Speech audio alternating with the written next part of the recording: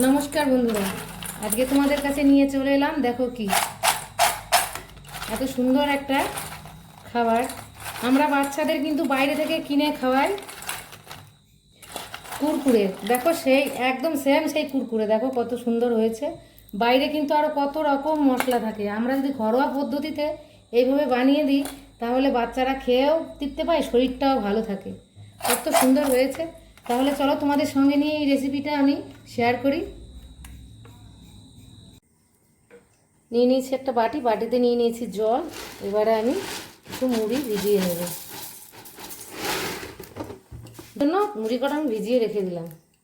ভিজিয়ে রাখা আমার হয়ে গেছে। এবারে আমি তুলে নেব একটা মিক্সিং জারের বাটিতে। এই দেখো পেস্ট করে নিয়েছি, একদম মিহি করিনি, হালকা গোটা গোটা আছে। পেস্ট করা আমার হয়ে গেছে। এবার আমি কিছু উপকরণ মিশিয়ে নেব। প্রথমেই দিয়ে দেবো কর্নফ্লাওয়ার, 3 চামচের মতো কর্নফ্লাওয়ার দিয়ে দিলাম। দিয়ে দেবো বিট লবণ। মুড়িতে কিন্তু লবণ থাকে, ওই জন্য আমি একদম নামমাত্র একটু লবণ দিয়েছি। দিয়ে দিচ্ছি ঝাল লঙ্কার গুঁড়ো, দিয়ে দিচ্ছি কাশ্মীরি লঙ্কার গুঁড়ো, দিয়ে দেবো হলুদ গুঁড়ো, দিয়ে দিচ্ছি একটা ম্যাগি মশলা, শুকনো খোলায় ভাজা জিরে ধনের গুঁড়ো, অল্প দিয়ে দিচ্ছি গোলমরিচের গুঁড়ো। এবার আমি আস্তে আস্তে মেখে নেব। জল লাগলে অল্প অল্প করে আমি দেব।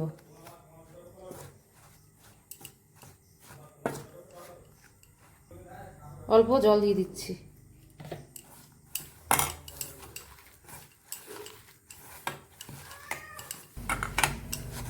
এইভাবে আস্তে আস্তে মাখাতে হবে যাতে জলটা বেশি না হয়ে যায়।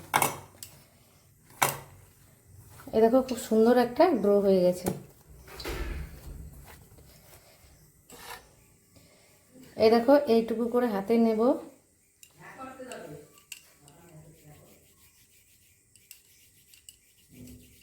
এই দেখো লম্বা লম্বা এইভাবে বানিয়ে নেব।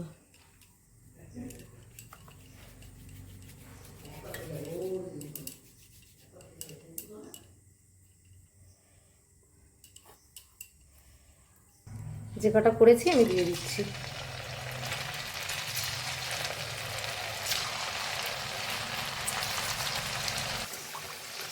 এই দেখো আস্তে আস্তে কিন্তু লো ফ্লেমে ভাজতে হবে। দেখো ভাজা আমার হয়ে গেছে, আমি নামিয়ে নিচ্ছি।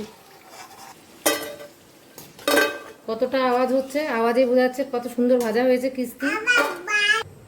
আরও যেগুলো আছে সবই আমি এই একইভাবে ভেজে নেব।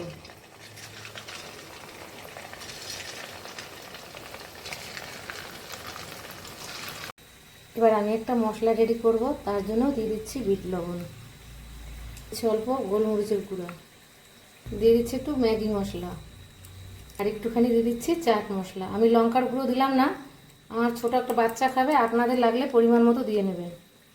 এবার আমি মিশিয়ে নিচ্ছি। এরকম আমার সব কিন্তু ভাজা হয়ে গেছে আর কত সুন্দর লাগছে। এবারে চাট মশলাটা দিয়ে দিচ্ছি।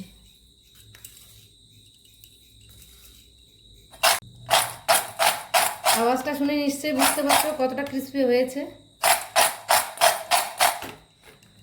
আর আমার এই ভিডিওটি যদি তোমাদের ভালো লেগে থাকে তাহলে একটা লাইক কমেন্ট শেয়ার করে দিও। আর আমার ইউটিউব চ্যানেলটি সাবস্ক্রাইব করে আমার পাশে থেকো, তাহলে এইরকম নিত্য নতুন রান্নার নোটিফিকেশনগুলি তোমাদের কাছে আগে আগে পৌঁছে যাবে।